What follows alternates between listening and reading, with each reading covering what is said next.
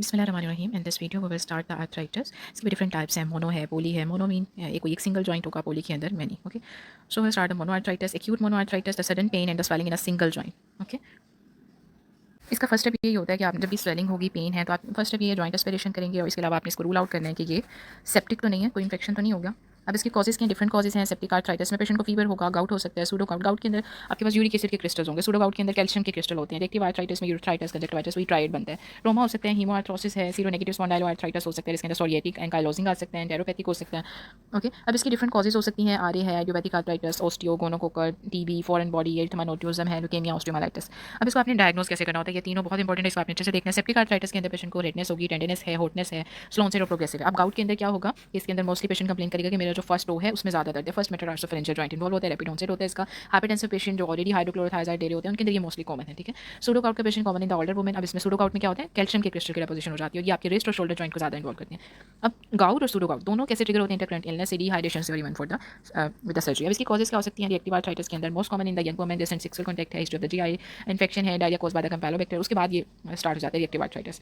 Okay, हीमोआर्थरोसिस के अंदर क्या होगा कि इसमें ज़्यादा इफ्यून हो जाती है, ब्लड होगा, ट्रॉमा की हिस्ट्री ज़्यादा इसमें कॉमन होगी और पेडियाट्रिक स्वेलिंग और स्किन चेंजेस एब्सेंट होंगी। ओके, इसमें इन्वेस्टिगेशन एस्पिरेशन करवा के देखते हो जो भी आपने फ्लूइड एस्पिरेट किया उसे कल्चर के लिए भेजोगे, उसमें क्रिस्टल्स देखोगे, इसके अंदर ग्राम्स हैं। अब इसमें क्या करते हैं कुछ लोग, जैसे अब किसी को गाउट की कंप्लेन है ना, तो वो कहेंगे कि यूरिक एसिड करवा लो, और पेशेंट कंप्लेन कर रहा है कि मुझे फर्स्ट रो में पेन है और आपने उसका सीरम यूरिक एसिड करवा दिया, तो हो सकता है कि उसको यूरिक एसिड उस टाइम पे नॉर्मल हो। ठीक है, तो ये ज़रूरी नहीं होता कि अगर आपने मतलब यूरिक एसिड उसका ज़्यादा तो प्लाज्मा में भी ज़्यादा ही होगा। ठीक है, इसमें हम WBCs करवा के देखते हैं सेप्टिक के अंदर, गाउट के अंदर बनेगा जो आपने एस्पायर किया फ्लूइड, अगर आप उसमें देखते हो क्रिस्टल और फिर कह सकते हो कि हाँ गाउट है। आप उसको ये जो सीरम यूरिक एसिड करवाते हैं ये कोई डायग्नोस्टिक टेस्ट नहीं है। ठीक है, नेगेटिव बेफरेंजियल क्रिस्टल्स आते हैं गाउट में, जो ये एस्पायर किया उसकी बात हो रही है। सूडो गाउट के अंदर पॉजिटिव होते हैं, ब्लड कल्चर ESR CRP। अब ये जो एक्यूट है जिसमें मैंने आपको बताया सीरम यूरिक एसिड करवाते हो और अगर वो नहीं ज़्यादा तो आपने उस पर डायग्नोज भी नहीं करना, आपने क्या करवाते हो उस टाइम पे CBC और ESR CRP करवाते हो। सीरम यूरिक एसिड यूजलेस है, जो मैंने आपको बताया ऑलरेडी उन्होंने यहाँ पे मेंशन कर दिया। इन द एक्यूट अटैक में भी द लो और द नॉर्मल। अब इसकी मैनेजमेंट क्या होती है, आपने इस अंडरलाइन कोर्स को ट्रीट करना है, साथ में आप IV एंटीबायोटिक स्टार्ट करवा देते हो if there is any suspicions of the sepsis. Focus on the management of the septic arthritis. Gout है, सूडो गाउट है, इसमें सेप्टिक आर्थराइटिस में मोस्ट कॉमन ऑर्गेनिज्म ये भी MCQ आता है, स्टेफोरियस होता है। आप इसमें क्या स्टार्ट करवाते हो, वैंकोमाइसिन। अगर कल्चर उसका पेंडिंग है, रिजल्ट के अंदर MSR है तो आप MRI से, तो फिर आप वैंकोमाइसिन स्टार्ट करोगे। अगर MSC से है तो आप वैंकोमाइसिन को स्टॉप करोगे और ऑक्सीसिलिन डाल दोगे पेशेंट को। If the patient is sexually active तो आप सेप्ट्राक्सोन दोगे। गाउट और सूडो गाउट है तो आप उसमें गाउट के अंदर आप क्या देते हो, एनसेड देते हो उसकी सिवियरिटी को कम करने के लिए, देन आप कॉल्चिसिन भी ऐड कर दोगे फर्दर अगर ये ड्रग ऑफ चॉइस होगी। But both can not be used in the renal failure, give the corticosteroids instead. Allopurinol जो है वो ड्यूरिंग एक्यूट अटैक के अंदर थोड़ी हार्मफुल होती है। अब इसके गाउट और सूडो गाउट में क्या डिफरेंस है, गाउट के अंदर यूरिक एसिड के क्रिस्टल होंगे, सूडो गाउट में कैल्शियम पायरोफॉस्फेट के। अब गाउट में नीडल लाइक होंगे, ये नेगेटिव बेफरेंशियल होते हैं, ये भी MCQ आते हैं। मोस्ट कॉमन जॉइंट इसमें फर्स्ट मेटाटार्सोफेरेंजियल होगा, इसमें रेड बाइट एरोजन्स होती है, फर्स्ट लाइन ट्रीटमेंट एनसीड होता है। सूडो के अंदर कैल्शियम है, रोम्बॉइड है, विक्टी पॉजिटिव है, मोस्टली नी इन्वॉल्व होगा और इसमें व्हाइट लाइन नजर आएंगी आपको, जैसे हमें ऑस्टियोआर्थराइटिस में नजर आती है। अब इसके MCQs देख लेते हैं। 35-year-old female patient with a severe unilateral knee joint pain और exam is it is the erythematosus, swollen worm. Patient also has the fever but is your next step in the management, so आप joint aspiration करते हैं। Diabetic patient with a severe unilateral knee joint pain है, exam पे देखा आपने erythematous, swollen worm है, patient fever, joint aspiration भी है, WBC ज़्यादा थे और कल्चर जो है वो नेगेटिव है। अब फीवर है इसका मतलब है कोई ना कोई इन्फेक्शन चल रहा है। ठीक है, WBC 55,000 है और कल्चर नेगेटिव है, क्रिस्टल स्टिल पेंडिंग, तो क्या डायग्नोसिस होगा, सेप्टिक आर्थराइटिस। पेशेंट के with the right big toe inflame है, tender upon the history, she is taking thyroid, उसमें क्या होगा, यूरेट के क्रिस्टल वो भी मोनोसोडियम होते हैं ज़्यादा, अगर सूडो होता है तो मोस्टली नहीं इन्वॉल्व होगा। Patient present with the features of the acute gout attack but is the first line treatment, इसमें एक्यूट गाउट अटैक के अंदर आपने इंडोमेथासिन देंगे। इंडोमेथासिन एनसेड है। Patient on case of the RA now presented with the acute knee pain, swallowing, redness, effusion है। RA है, acute नी pain, swelling और दूसरा रेडनेस इफ्यूजन के साथ है। WBC में 35,000 है, कल्चर पेंडिंग है, फेब्राइल है, tender on the examination but to do IV antibiotic. Septic arthritis है ना, 46-year-old male came with the first metatarsophalangeal joint for the 12 और साइनोवियल प्लेट पे नीडल लाइक क्रिस्टल है, negative birefringent medication you will should not give in the acute attack के अंदर आपने क्या नहीं देना, एलोप्यूरिनॉल। अभी ऊपर मैंने आपको ये लाइन बताई भी थी। नेक्स्ट देखो, female presented with 5 days fever, left knee joint pain है, स्वेलिंग है, जॉइंट एस्पिरेशन पे WBC ज़्यादा है और डिक्रीज जॉइंट स्पेस ऑस्टियोफाइट्स में क्या है, सेप्टिक आर्थराइटिस। अच्छा, ग्राम स्ट्रेन पे आपको ग्राम पॉजिटिव कोकाई क्लस्टर्स में मिले हैं और मैंने आपको मोस्ट कॉमन ऑर्गेनिज्म पहले ही बता दिया था, स्टेफोरियस है। Studio of the gout case and the diagnosis given clearly, what is the characteristic of the gout crystal, ये नेगेटिव होते हैं और नीडल शेप और नेगेटिव बेफरेंजियल। उसके बाद पॉलीआर्थराइटिस में क्या होगा कि अगर 5 और मोर जॉइंट्स इन्वॉल्व हो गए हैं। Inflammatory is the non inflammatory, इसको डिस्कस करते हैं। अभी इन्फ्लेमेटरी आर्थराइटिस के अंदर मॉर्निंग स्टिफनेस होती है, वो 30 मिनट से ज़्यादा रहती है और वो इंप्रूव होती रहती है विद द एक्टिविटी, जब हम RA और उसको देखेंगे। Worsen by the resting by the synovial swelling, tenderness on the examination. इसकी कॉजेस क्या हो सकती हैं, RA है, viral arthritis, osteoarthritis, psoriatic, ankylosing, enteropathic और एसिडी हो सकते हैं। इसकी की डायग्नोसिस क्या होती है, अब RA के अंदर सिमेट्रिकल स्मॉल जॉइंट इन्वॉल्वमेंट होगी, इसको अच्छे से देखो, ये स्मॉल जॉइंट को इन्वॉल्व करता है, ठीक है। 6 वीक अर्ली मॉर्निंग स्टिफनेस होगी greater than the 30 minutes. Osteo, अगर आप ऑस्टियो को देखो तो वो एक रूमेटॉइड आर्थराइटिस और ऑस्टियो को डिफरेंशिएट करो। रूमेटॉइड जो है इन्फ्लेमेटरी है, ऑस्टियो आर्थराइटिस नॉन इन्फ्लेमेटरी है। रूमेटॉइड के अंदर मॉर्निंग स्टिफनेस 30 मिनट से ज़्यादा और ऑस्टियो के अंदर 15 मिनट से तक होगी ऑलमोस्ट। इसके अंदर नोड्यूल्स मिलेंगे, स्क्लेराइटिस हो सकता है, कार्डाइटिस हो सकता है, विलाइटिस हो सकता है, पैरोस्प्लेनोमेगाली हो सकती है। दूसरा इसके अंदर कौन सी डिफॉर्मिटीज होती हैं, बटन ईयर और सॉन नेक, ठीक है। नेक्स्ट में देखो वायरल आर्थराइटिस जो है इसमें ड्यूरेशन लेस देन 6 वीक होता है, एसोसिएटेड विद रैश और प्रोड्रोमल इलनेस होती है। इसमें कॉन्टैक्ट की हिस्ट्री होगी विद द चिल्ड्रन, फीवर और लिम्फेडिनोपैथी हो सकती है। वायरल में ये मोस्ट कॉमन है। ऑस्टियो आर्थराइटिस का मैं आपको ऑलरेडी बता चुकी हूँ, इसमें ये नॉन इन्फ्लेमेटरी है, ज़्यादा एज के साथ ये होता है। मॉर्निंग स्टिफनेस में 15 मिनट्स की होती है, ठीक है। दूसरा इसमें हर्बेंट और बर्चाइट नोड्यूल्स होते हैं, और उसके अंदर हमने देखा था डेविएशन और बटन ईयर डिफॉर्मिटी, ठीक है। सोरियाटिक आर्थराइटिस ये भी एसिमेट्रिकल होता है, इसके अलावा इसमें प्रॉक्सिमल डिस्टल होते हैं ये जॉइंट्स, मैंने आपको, हाँ, रूमेटॉइड के अंदर आप याद रखें कि स्मॉल जॉइंट इन्वॉल्व होंगे, लेकिन जो डीआईपी है, डिस्टेंट इंटरफेरेंजियल, उसको ये स्पेयर कर देता है, ओके। और इसके अंदर डीआईपी और फर्स्ट सीएमसी, और सोरियाटिक के अंदर डीआईपी है, ठीक है। और सोरियाटिक के अंदर आप याद रखें इसमें सॉसेज शेप फिंगर्स हो जाती है, नेल पिटिंग होगी, डिस्ट्रॉफी हो जाएगी, जैसे सोरियासिस होता है। अब इसके एंकाइलोजिंग के अंदर देखो, ankylosing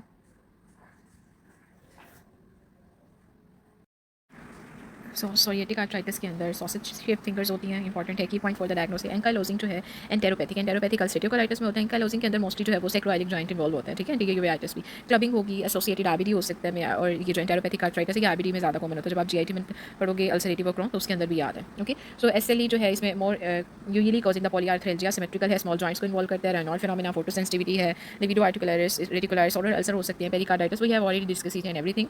now you can see the patterns of the joint involvement. अगर रूमेटॉइड के अंदर देखो, मैंने आपको बताया था कि स्मॉल जॉइंट इन्वॉल्व करेगा, लेकिन डिस्टल जो है वो उसमें डिस्टेंट इंटरफेरेंजियल जो है वो स्पेयर रहते हैं, ओके। अब सोरियाटिक आर्थराइटिस के अंदर देखो, सोरियाटिक के अंदर कौन से जॉइंट्स हैं, मोस्टली लार्ज जॉइंट्स हैं, ठीक है।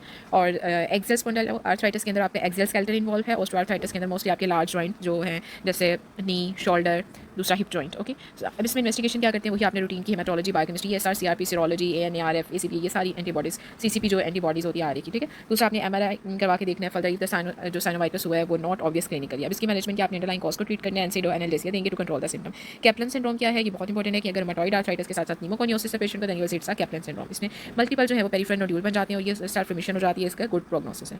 फेल्टी सिंड्रोम ये भी इंपॉर्टेंट है, इसमें रूमेटॉइड आर्थराइटिस के साथ साथ न्यूट्रोपीनिया और स्प्लीनोमेगैली, और ऊपर मैंने आपको क्या बताया कैप्लन के अंदर न्यूमोकोनियोसिस, ठीक है। फेल्टी के अंदर रूमेटॉइड के साथ साथ न्यूट्रोपीनिया और स्प्लीनोमेगैली, इसमें रूमेटॉइड फैक्टर जो है इसका हाई टाइटर होता है, ये रिस्क फैक्टर होता है। रूमेटॉइड नोड्यूल्स बन सकते हैं, प्रोन टू हैव रिकरेंट और स्किन रेस्पिरेटरी इन्फेक्शन में neutropenia with large granular lymphocytosis हो सकता है, इसे हम सूडोफेल्टी सिंड्रोम भी कह सकते हैं, ओके। नेक्स्ट में देखो आर का ट्रीटमेंट क्या होता है, ब्रीफली बताया, do not delay the administration of the methotrexate, steroid as given as a bridging until the methotrexate start wait. Basically जो मिथोट्रिक्सेट होती है ना, अगर आपने स्टार्ट करवाई, फॉरन से एक नहीं करती, वैसे इसका ड्यूरेशन ऑफ एक्शन आने के लिए ऑलमोस्ट 2 to 3 मंथ्स रिक्वायर होते हैं, okay. If both fail to control the symptom तो आप एडिलिमोबैब दोगे जो कि एंटी फैक्टर है, ओके। अब question for the liver, kidney, bone marrow toxicity with using methotrexate, मैंने आपको ऑलरेडी बताया था मिथोट्रिक्सेट जो है वो बोन मैरो की सप्रेशन करता है।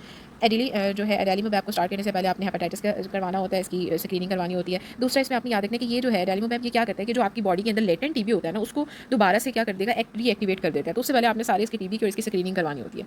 अब इसके एमसीक्यूज देख लेते हैं। All female with progressive joint pain during the day and the stiffness greater than 2 hours in the morning, wrist pain है, अल्बोनोड्यूज है, it is the most likely stiffness जो है वो 2 आवर से ज़्यादा है, तो मैंने आपको 30 मिनट्स बताया था, मोर देन 30 मिनट्स। रूमेटॉइड होगा, old women with knee pain in the morning that relieve with the rest and increase with the walking के साथ इंक्रीज हो रही है। यह है osteoarthritis. 66 year old male patient has a history of the polyarthralgia with the pain in the distal and proximal, no history of the morning stiffness, okay, medically free and no active arthritis, what is the management. दूसरा एक तो उन्होंने बताया पॉलीआर्थरेजिया, ठीक है, और कहाँ पर पेन है उसे, डिस्टल और प्रॉक्सिमल इंटरफेरेंजिया, कोई मॉर्निंग स्टिफनेस की हिस्ट्री नहीं है, कोई एक्टिव आर्थराइटिस नहीं है, लेकिन एज रिलेटेड है ना ये, तो इसमें हैंड ऑस्टियोआर्थराइटिस कह सकते हो आप। Hip pain in the elderly, x ray showing the osteophytes और नैरोइंग है, what is the most likely diagnosis. अब ऑस्टियोफाइट्स और साथ साथ नैरो की है और एल्डरली एज में है, तो क्या है osteoarthritis of the hip. 40-year-old male presented with a clinical history of the back and the buttock pain for the 6 month. He claimed that pain is worsening with the rest and improving with the exercise. ठीक है, back की है, बटक pen की 6 month हो गए हैं और rest के साथ वर्सन हो रही है, improving with the exercise. There is no other joint which is the most likely ankylosing. 28-year-old male with a lower back pain, erythematous and the bilateral knee joint pain. Lab result were of this insignificant value. How to diagnose इसके अंदर, जब भी lower back pain erythematous में ankylosing है तो आप क्या करवाते हो इसके अंदर, डायग्नोसिस जो है वो डायग्नोस्टिक MRI होती है, ठीक है, और जेनेटिक इन इसके HLA B27 होता है। LED with the manifestation of the rheumatoid arthritis that has been progressed but antibodies needed to confirm the diagnosis. इसके अंदर कौन सी करते हैं, इसमें anti-CCP होती है, okay. So patient with diabetes RA has the bone pain and the hypercalcemia, इसमें renal function test high होता है, which is the most likely diagnosis। इसके अंदर क्या है, bone pain, renal function test high है, hypercalcemia है, इसमें क्या होगा, एमाइलोडोसिस, ठीक है, RFTs भी इन्वॉल्व हो गए हैं और दूसरा हाइपरकैल्सीमिया भी और बोन पेन भी है पेशेंट को।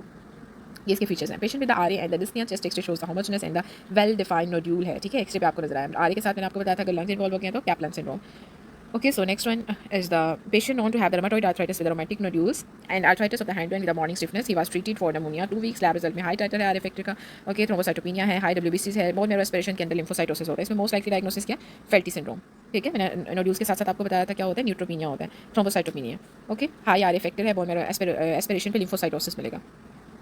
Patient with asymmetric joint pain in the proximal and the metacarpal morning stiffness of more than 30 minutes है. What is the best management to give? इसमें आपने क्या देना है, स्टेरॉइड और methotrexate. Mechanism of the action of the DMARDs in the rheumatological disease में आप क्या करेंगे, स्लो द प्रोग्रेस में. DMARDs हम क्यों देते हैं, ताकि प्रोग्रेशन ऑफ द डिजीज को कम कर दें. पेशेंट विद आर ए, मैंने आपको ऑलरेडी ये मेंशन किया कि बॉन मैरो की सप्रेशन करवाता है. ठीक है, दूसरा आप इसको स्लो करने के लिए देते हो. Patient with R A on the methotrexate was in the remission, her liver function test normal but upon swallow LFT जो है वो एबनॉर्मल हो गए हैं. नेक्स्ट स्टार्टअप किया है कि इसमें आपने methotrexate को स्टॉप कर दें. क्योंकि 30-year-old male diagnosed with rheumatoid arthritis on the methotrexate but will be the deficient. मैंने आपको बताया था methotrexate के साथ आप एंटीफोलेट ऐड करते हो. R A patient with severe symptom not responding to the methotrexate hydroxychloroquine but to add, इसके अंदर आपने methotrexate से नहीं करा तो आप एडालिमोबैर और साथ में आपकी उससे सारी स्क्रीनिंग करवानी है टीबी की भी. Okay, patient presented with a fever, shortness of the breath for 1 week on the methotrexate adalimumab which is the most appropriate management. इसमें आपने क्या करना है, methotrexate दोनों का आप स्टॉप कर दोगे और पहले शॉर्टनेस ऑफ फीवर आ गया ना तो आप इन्फेक्शन है तो आप उसको एंटीबायोटिक स्टार्ट करोगे.